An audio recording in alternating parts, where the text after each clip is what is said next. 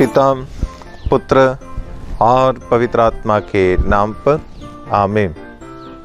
क्रिस्त में प्रिय भाइयों बहनों, आप सबों को बोर्सी डिवाइन रिट्रीट सेंटर की ओर से जय यीशु। हमारे इस आध्यात्मिक तीर्थ यात्रा के 11वां दिन में मैं आप सबों को स्वागत करता हूं। स्तोत्र ग्रंथ में हम इस प्रकार पढ़ते हैं, प्रभु दया और अनुकंपा से परिपूर्ण है, वह अत्यंत सहनशील और प्रेममय है। मित्रों, इसलिए नबी इसायास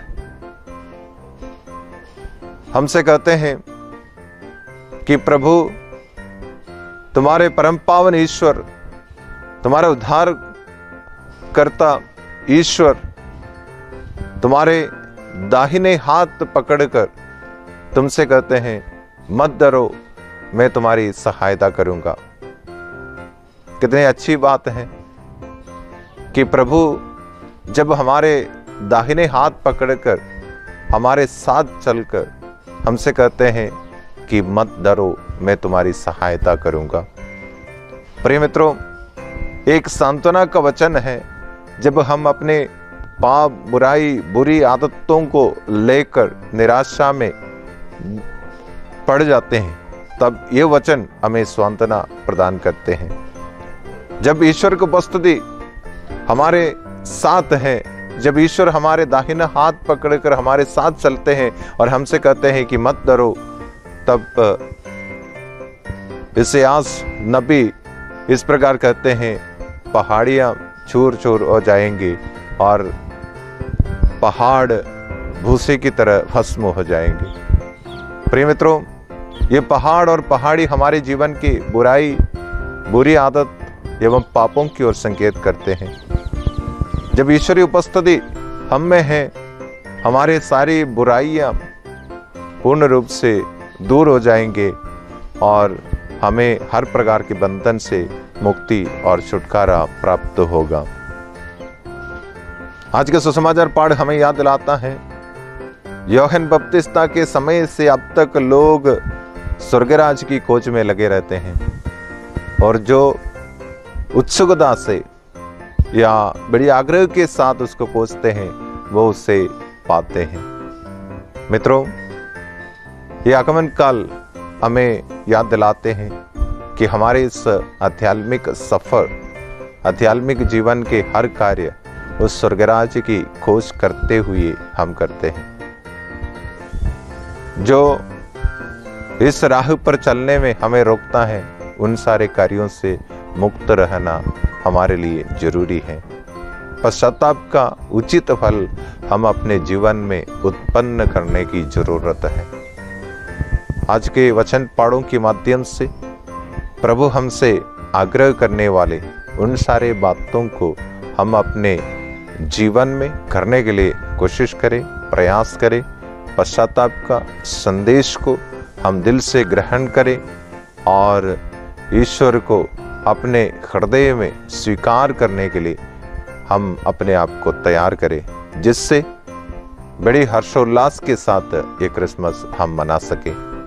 मित्रों, आज हमारे लिए स्वादी रोज टोपो, जो जीसस यूथ के सदस्य हैं, और फादर जॉनी वेटिकल की ओर से इस वचन का संदेश प्राप्त है और सेक्टर 6 कैथोलिक चर्च भिलाई के गायक मंडली द्वारा गाए गए आध्यात्मिक गीतों की मदद से हम प्रार्थना करें।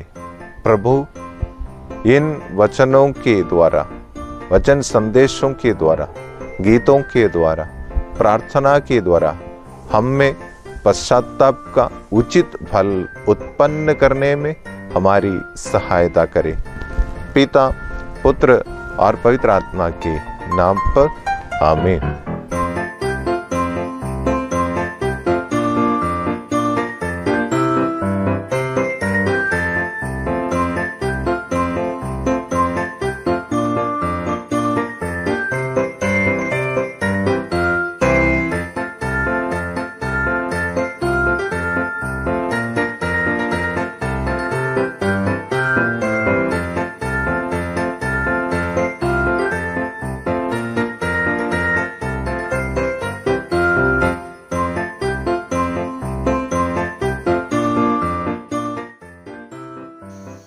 मेरे प्रिय दोस्तों, माता पिताओं, भाई बहनों और प्यारे बच्चों, आप सभी को जय यीशु।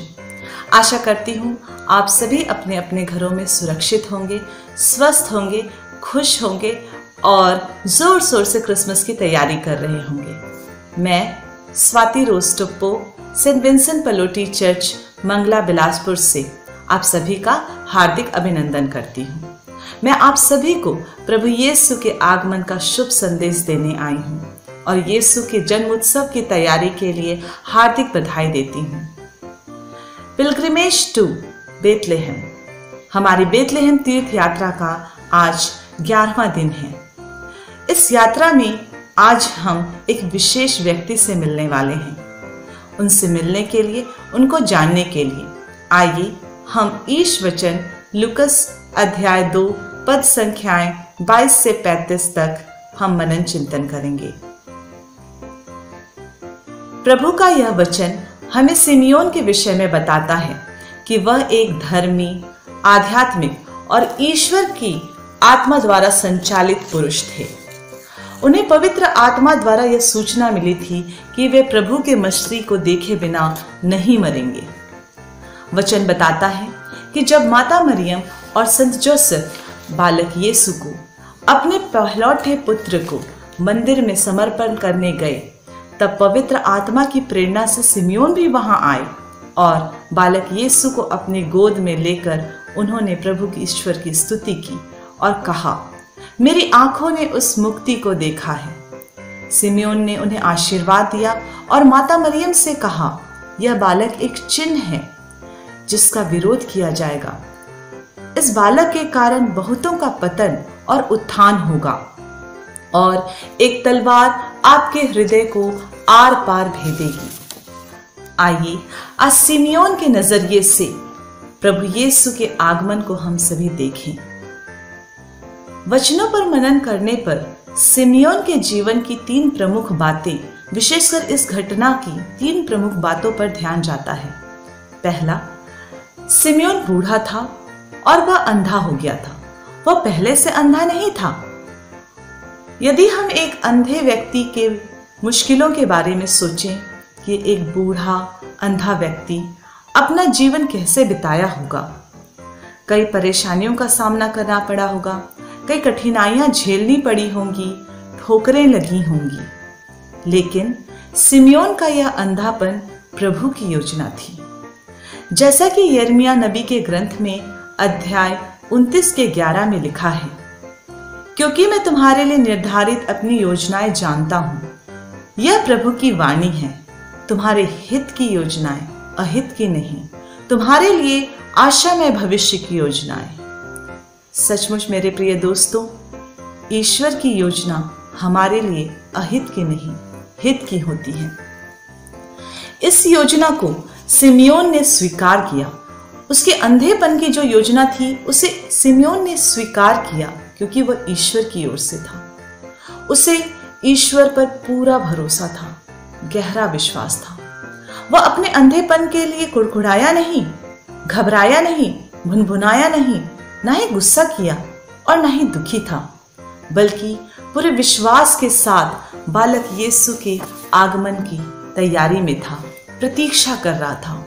और जब उसकी दृष्टि आएगी तो वह अपनी आंखों से सिर्फ यीशु को देखना चाहता था। उनको यीशु के द्वारा कोई चमत्कार दिखाने की या देखने की आशा नहीं थी। उनकी एकमात्र आशा यीशु को देखने की रह गई थी।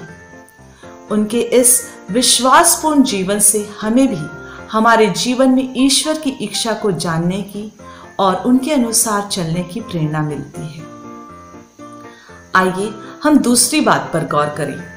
सिमियोन ने जब बालक यीशु को देखा तो उनको यीशु में मुक्ति दिखाई दी, और यीशु सिर्फ उनकी मुक्ति नहीं बल्कि समस्त राष्ट्र, दुनिया की, पूरे दुनिया की मुक्ति और ज्योति बनकर आए। हम भी इस आगमन काल में प्रभु की प्रतीक्षा में हैं। यीशु हमारे जीवन में भी मुक्ति है। मुक्ति बुरी आदतों से, मुक्ति बुरी सोच से, डर से, बीमारी से। आइए सिमियोन की तरह आज हम भी हमारे मुक्तिदाता यीशु की, उनके आगमन पर उनकी स्तुति करें। इसके साथ ही मैं आपका ध्यान तीसरी बात पर लाना चाहती हूँ। सिमियोन ने माता मरियम को यीशु के जीवन के विषय में भी बताया और उसके बारे में बताते हुए माता मरियम को आने वाले समय के लिए तैयार किया, क्योंकि उनकी आंखों ने, सिमियोन की आंखों ने यीशु के मुक्ति कार्य को भी देखा, उनके सफरिंग्स को देखा, उनके दुख भोग को देखा, और यही है सही मायने में क्रिसमस का सेलिब्रेशन। बिना प्रभु यीशु के मुक्ति कार्य को याद किए हम क्रिसमस नहीं मना सकते मेरे दोस्तों। प्रभु यीशु के जन्म का कारण ही यही है, मेरी मुक्ति, हम सब की मुक्ति, हमारी मुक्ति। तो आइए हम सब इस क्रिसमस में यीशु हमारे मुक्तिदाता का जन्म उत्सव सिमियोन की तरह मनाएं, आशा रखते हुए, विश्वास रखते हुए, यीशु के मुक्ति कार्य को याद करते हुए। आप सभी को मेरी ओर से मैरी क्रिसमस। जय यीशु।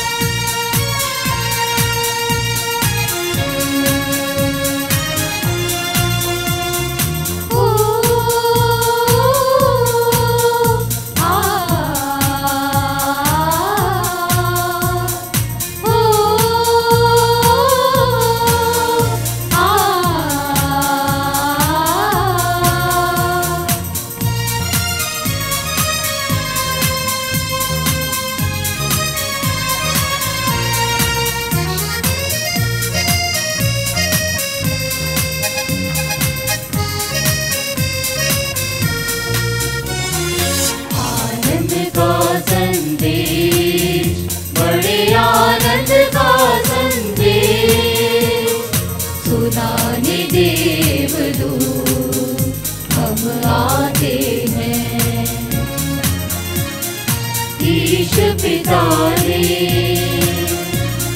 स्वर्ग से भेजा, हमें देश विदेश के लोगों में, हमें देश विदेश के लोगों में। दाऊद के नगर में आज बैतलहम में, दाऊद के नगर में आज बैतलहम में मुक्तिदाता जन्मा है, जन्मा है, जन्मा है। प्रभु यीशु जन्मा है, प्रभु यीशु जन्मा है।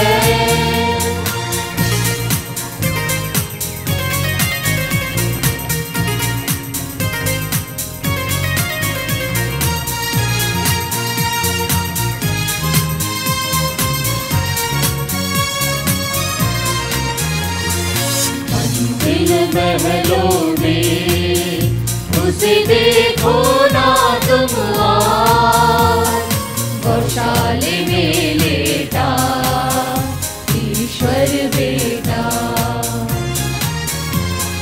साथ उसी के मरियम अवसर, दूतों ने गाया गीत मधुर, दूतों ने गाया गीत मधुर।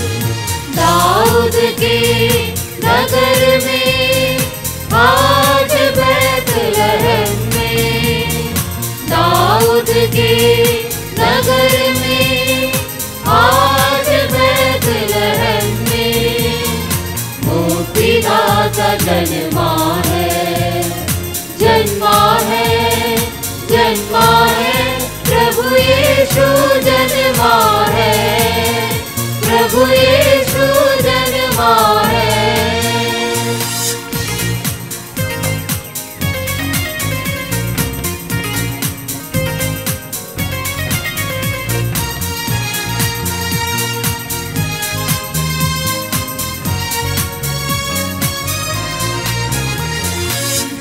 उठे चरवाहे देखे उस तारे को, लिए चढ़ाने में प्रभु यीशु को।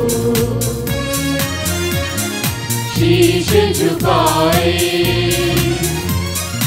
आशीष पाए, संग दूतों के वे गाए यह गीत, संग दूतों के वे गाए यह गीत। दाऊद के नगर में आज बैतलहम में, दाऊद के नगर में आज बैतलहम में मुक्तिदाता जन्मा है, जन्मा है, जन्मा है, प्रभु यीशु जन्मा है, प्रभु यीशु जन्मा है, प्रभु यीशु जन्मा है।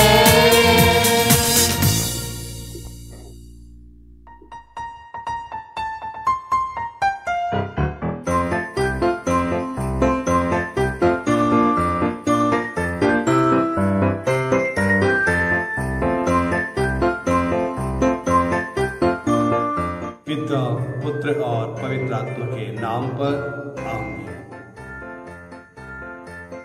डिवाइन रिट्रीट सेंटर मोर्सी द्वारा आयोजित बैतलहम की ओर इस तीर्थ यात्रा में भाग लेने वाले हर एक विश्वासियों को मेरा जय यीशु। हम इस तीर्थ यात्रा में भाग लेके आज 11वां दिन है।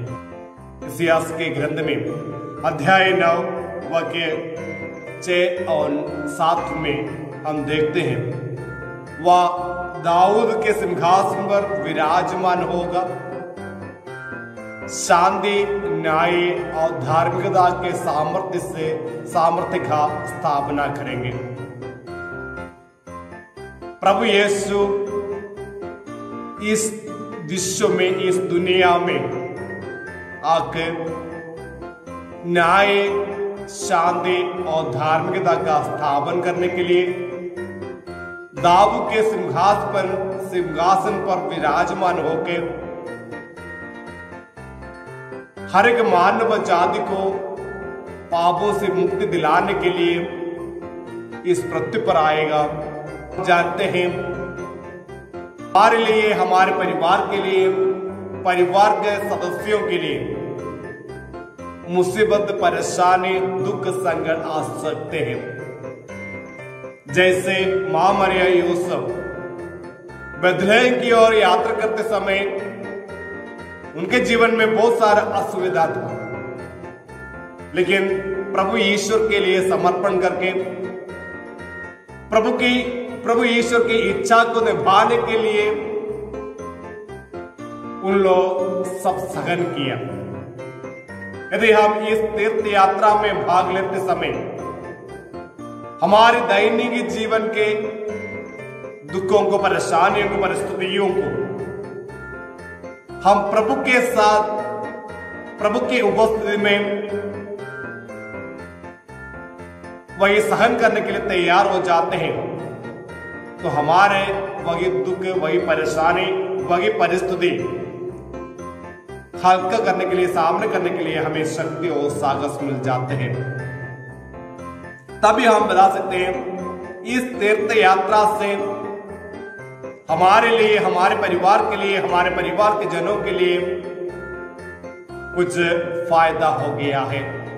ईश्वर की उपस्थिति, ईश्वर की कृपा, ईश्वर की आशीष हमारे जीवन में हम अनुभव किया है। तो ईश्वर के मुक्ति विधान की योजना में सहयोग दिलाने के लिए, पापों से मुक्ति दिलाने के लिए प्रभु ईश्वर ने अपने पुत्र हमारे मुक्तिदाता को इस पृथ्वी पर भेजा है। वही प्रभु यीशु के जन्मोत्सव मनाने के लिए हम इस तीर्थ यात्रा में भाग लेते समय हमारे जीवन में भी बहुत सारा असुविधा, बहुत सारा परेशानी, बहुत सारा दुख संकट आ सकते हैं। जैसे मां मरिया यूसुफ बेथलेहम की ओर चलते समय उनके जीवन में दुख संकट, उनके जीवन में असुविधा, परेशानी आए थे। वही भावों, विचार हमारे जीवन में भी, हमारे कार्यों में भी आ सकते हैं। लेकिन जैसे मां मरिया यूसुफ ने अपने जीवन में आए असुविधाओं को प्रभु की इच्छा के अनुसार जोड़ के आगे चला, इसलिए उन्हें हर एक बातों में, विचारों में, हर एक कार्यों में हल्का करके जीवन बिताने के लिए, मार्गदर्शन पाने के लिए उन्हें शक्ति और साहस मिला है। यदि हम भी इस तीर्थ यात्रा में भाग लेते समय हम भी ईश्वर के साथ जोड़ के, ईश्वर के उपस्थिति से हर एक कार्य करने के लिए हम तैयार हो जाते हैं, तो हमारे जीवन में आने वाले परेशानियों को, मुसीबतों को सामने करने के लिए शक्ति और साहस मिल जाते हैं। हम देखते हैं जो बाइबल में स्वर्गदूत द्वारा प्रभु यीशु एक ही व्यक्ति को धन्य कहा, मां मरिया को, क्योंकि मां मरिया अपने धार्मिक जीवन बिता के, ईश्वरीय इच्छा को अपने जीवन में निभा के हमारे मुक्तिदाता को, प्रभु यीशु के पुत्र को इस पृथ्वी पर जन्म दिलाने के लिए अपने आप को समर्पण किया है। इसलिए वचन द्वारा हम देखते हैं, मैं प्रभु की दास हूं, आपका कथन मुझ में पूरा हो जाए। वही विचार शैली यदि हमारे जीवन में, क्रिस्तीय जीवन में, हमारे पारिवारिक जीवन में अपनाएंगे, हमारे हर एक बातों को, हर एक विचारों को सफलता बनाने के लिए प्रभु यीशु हमें सहायता करेगा, हमें शक्ति और साहस मिल जाएगा। तभी हम भी बता सकते हैं हम एक अच्छा ईसाई क्रिस्ती हैं। हम धन्य होने के लिए, संतों की संगति में भाग लेने के लिए वे हमें शक्ति और साहस मिल जाते हैं। आज इस तीर्थ यात्रा के 11वें दिन में प्रवेश करके संत मत्ती के सुसमाचार द्वारा हमें याद लाते हैं, थके मादे बोझ से दबे हुए लोगों, मेरे पास आओ, मैं तुम्हें विश्राम दूंगा।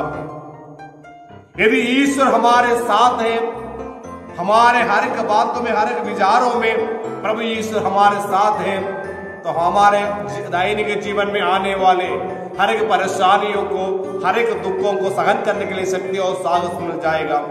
क्रिस्त में प्यारे भाइयों बहनों, इस तीर्थ यात्रा में भाग लेते समय हम भी अपने मन से, दिल से जांच देखें, क्या हमारे दैनिक जीवन में आने वाले दुखों को, हमारे दैनिक जीवन में आने वाले परेशानियों को, जिस भावों से, विचारों से मां मरिया और यूसुफ ने अपने जीवन में प्रभु के चरणों में समर्पण किया, क्या हम भी अब उसी प्रकार समर्पण करके प्रभु से सहारा लेके, सहयोग लेके, मदद लेके आगे बढ़ने के लिए हम तैयार हैं? यदि हम आगे बढ़ने के लिए तैयार हैं तो इस तीर्थ यात्रा के अंत में प्रभु यीशु हमारे मुक्तिदाता, बाल यीशु हमारे दिल में, हमारे हृदय में, हमारे परिवार में जन्म लेने के लिए तैयार होंगे। उसी के लिए विशेष करके हम प्रभु से प्रार्थना करें, ईश्वर से दुआ मांगे, बाल यीशु हमें सहायता दे। हम एक क्षण अपने हाथों को जोड़ के हम प्रभु से प्रार्थना करें। चरण में जन्मे बाल यीशु, हम आपके पुत्र पुत्रियां आपके चरणों में आके दुआ मांगते हैं प्रभु जी। इस तीर्थ यात्रा में भाग लेके हमारे दैनिक जीवन में आने वाले हर एक मुसीबतों को, परेशानियों को आपके चरणों में समर्पण करके सहारा लेती हुई जीवन बिताने के लिए हमें शक्ति दे। इस तीर्थ यात्रा में भाग लेके क्रिसमस जयंती के अवसर पर हमारे दिलों में, हमारे हृदयों में, हमारे परिवार में, परिवारजनों में आपके जन्म का अनुभव अपनाते हुए हमारे पापों से, हमारे दुखों से, हमारे परेशानियों से, हमारे बीमारियों से, हमारे असुविधाओं से मुक्ति दिला के एक अच्छा जीवन बिताने के लिए, नए जीवन बिताने के लिए, नवीनीकरण का जीवन बिताने के लिए हमें शक्ति और साहस से हम उसी के लिए विशेष करके हम उससे प्रार्थना करते हैं। इस तीर्थ यात्रा में भाग लेने वाले हर एक व्यक्तियों को डिवाइन रिट्रीट सेंटर बोर्ड द्वारा आयोजित इस यात्रा में भाग लेने वाले हर एक व्यक्तियों को मेरी तरफ से हैप्पी क्रिसमस। बाल यीशु आप सबों को आशीष प्रदान करें। पिता, पुत्र और पवित्र आत्मा के नाम पर आमीन।